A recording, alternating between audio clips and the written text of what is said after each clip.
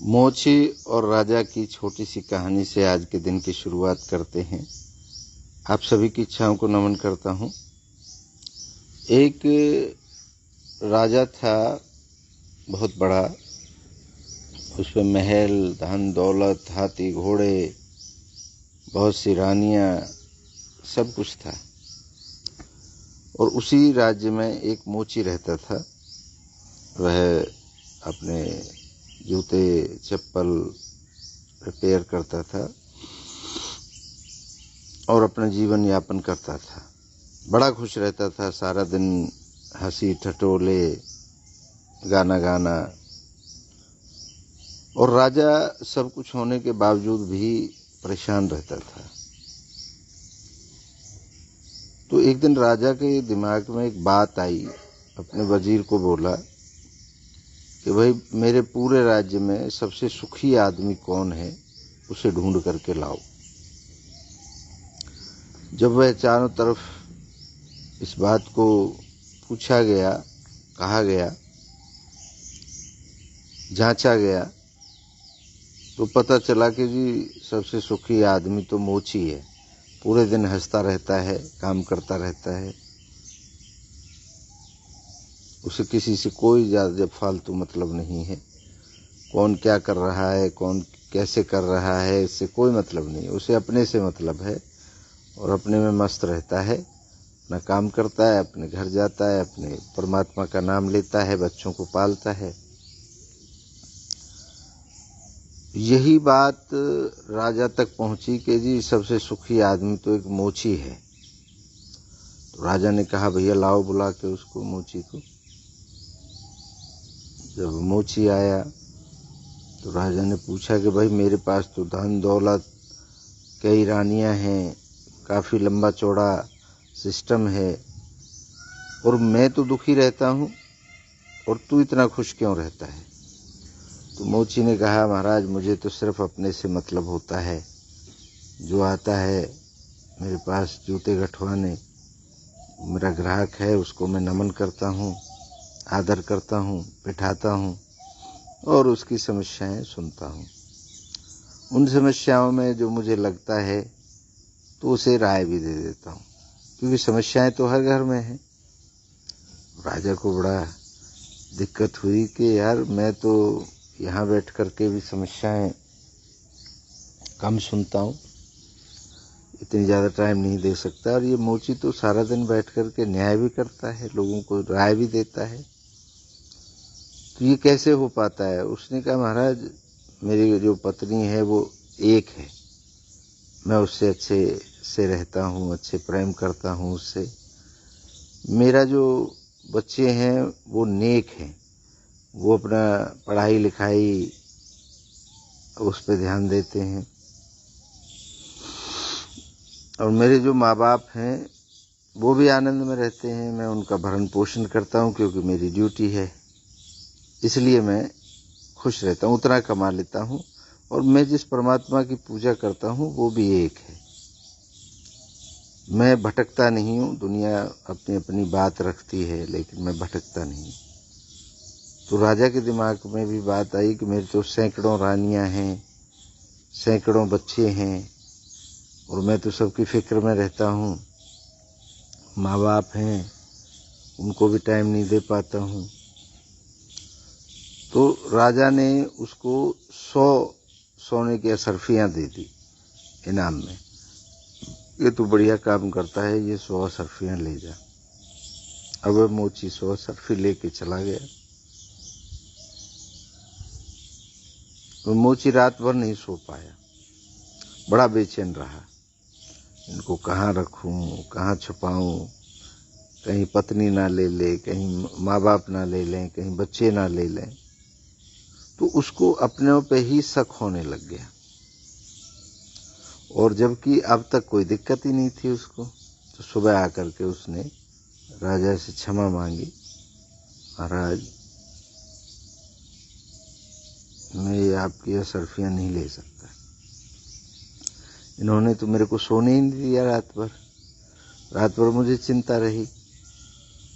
रात पर ये लगा रहा कोई चुरा ना ले, और मैं उन पर ही शक करने लगा जो दिन रात मेरे साथ रहते हैं, मेरी सेवा करते हैं। तो कहने का मतलब उसने ये कहा कि जो धन है ये आपके चैन, सुख, नींद सबको खत्म कर देता है। अगर इस धन का तुम उपयोग नहीं करोगे, रखोगे छुपा के, तो भी दिक्कत रहेगी। इसलिए उस मोची ने राजा को एक बड़ी सीख दी कि अपने में मस्त रहो और जितना हो सके उतना कर दो किसी के लिए। लेकिन राजा तो रह नहीं सकता ना, क्योंकि उसको तो सबकी फिक्र करनी है, इसीलिए वो राजा है। तो ये दिक्कतें जीवन में सबके साथ हैं, परेशानियां सबके साथ हैं, जिम्मेदारी सबके पास है।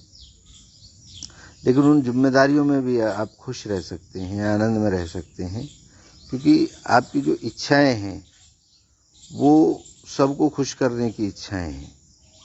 वो पूरी शायद ना हो पाए, वो परमात्मा से भी पूरी नहीं हुई, भगवान भी सबको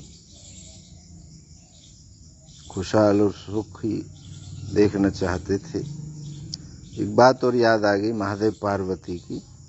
महादेव पार्वती जा रहे थे, एक व्यक्ति वहां से गुजर रहा था, बुजुर्ग, सर पे गठरी थी लकड़ियों की, और जूते भी उसने हाथ में ले रखे थे। तो उसको बड़ा दया आई पार्वती को, बोली महाराज इसको कुछ दे दो। उसने कहा नहीं पार्वती, ये लेना नहीं चाहता। उसने कहा आप दोगे तो ये लेगा क्यों नहीं? उसने कहा देख लो खुद। उन्होंने उसके रास्ते में एक सोने के सिक्कों से भरी हुई थैली डाल दी। वह जा रहा है आराम से, उसके दिमाग में ख्याल आया, उसने कहा मैं तो आंख वाला हूं और कोई अंधा हो जाए तो वो कैसे चलता होगा। तो उसने अपनी आंखें मींच ली, आंखें बंद कर ली और चलता रहा आंखें बंद करके। तो वो असरफी की जो थैली थी सिक्कों की, वो निकल गई उससे। उसने कहा देख लिया तो नहीं। फिर पीछे से एक आदमी घोड़े पे बैठा आ रहा था, उसकी चद्दर जो उसने ओढ़ी हुई थी वो एक पेड़ में अटक गई। पार्वती ने पीछे से आवाज लगाई कि तेरी चद्दर अटक गई भाई उसमें।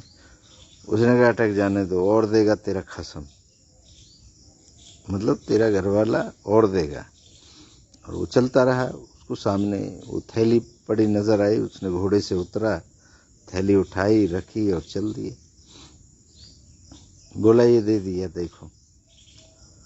तो कहने का मतलब ये है कि बहुत लोगों को सामने अपॉर्चुनिटी आती हैं, उनको मौके मिलते हैं कुछ कर दिखाने के, गुजरने के, वो कर नहीं पाते।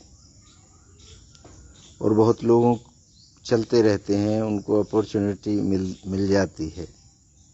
तो आप भी जिंदगी में आगे बढ़ते रहिए, करते रहिए अपनी इच्छाओं को पूर्ण करने के प्रयास। बैठिए नहीं, थकिए नहीं, निराश ना हो।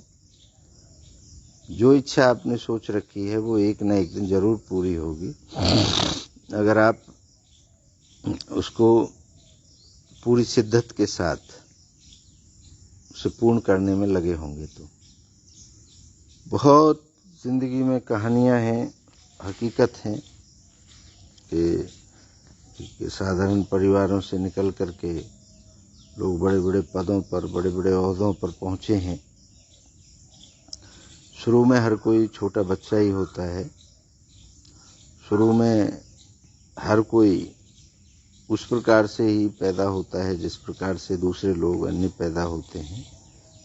लेकिन आने वाले समय में उनके प्रयास से, उनकी कोशिश से वो अलग अलग लाइनों में चले जाते हैं। जैसा जो प्रयास करता है, जैसा जिसमें हुनर पैदा करता है, वैसे ही लोग अपना जीवन बना लेते हैं। जिंदगी विरासत में सबको एक जैसी मिलती है, एक ही तरीके से सब पैदा होते हैं। बहुत लोगों को कहते सुना गया है कि वो तो अच्छे घर में पैदा हो गए, हम तो गरीब घर में पैदा हो गए। आप अगर इसी रोने को रोते रहोगे कि मैं गरीब में हो गया और वो अमीर में पैदा हो गया, तो इससे तो कुछ होने वाला नहीं है, बदलने वाला तो है नहीं। आप कोशिश करते रहिए, कोशिश उसको भी करनी पड़ेगी, बेशक वो कितनी भी अमीर घर में पैदा हो गया है, कोशिश तो उसको भी करनी पड़ेगी, आपको भी करनी पड़ेगी। तो क्योंकि इच्छाएं, उसकी दूसरी इच्छाएं होंगी, आपकी दूसरी इच्छाएं होंगी, आपकी उस तक पहुंचने की इच्छाएं होंगी, उसकी और ऊपर तक पहुंचने की इच्छाएं होंगी। तो इच्छाएं ही हमें जीवित रखती हैं और इच्छा पूर्ति के लिए ही आदमी दौड़ लगाता है। तो मैं आपको आज यही संदेश देना चाहूँगा कि अपनी इच्छाओं के लिए निरंतर वर्क करिए। बेशक छोटी बड़ी इच्छा वो आपके ऊपर है, लेकिन पूर्ण जरूर होगी अगर आप निरंतर उसके लिए कार्य करते रहेंगे।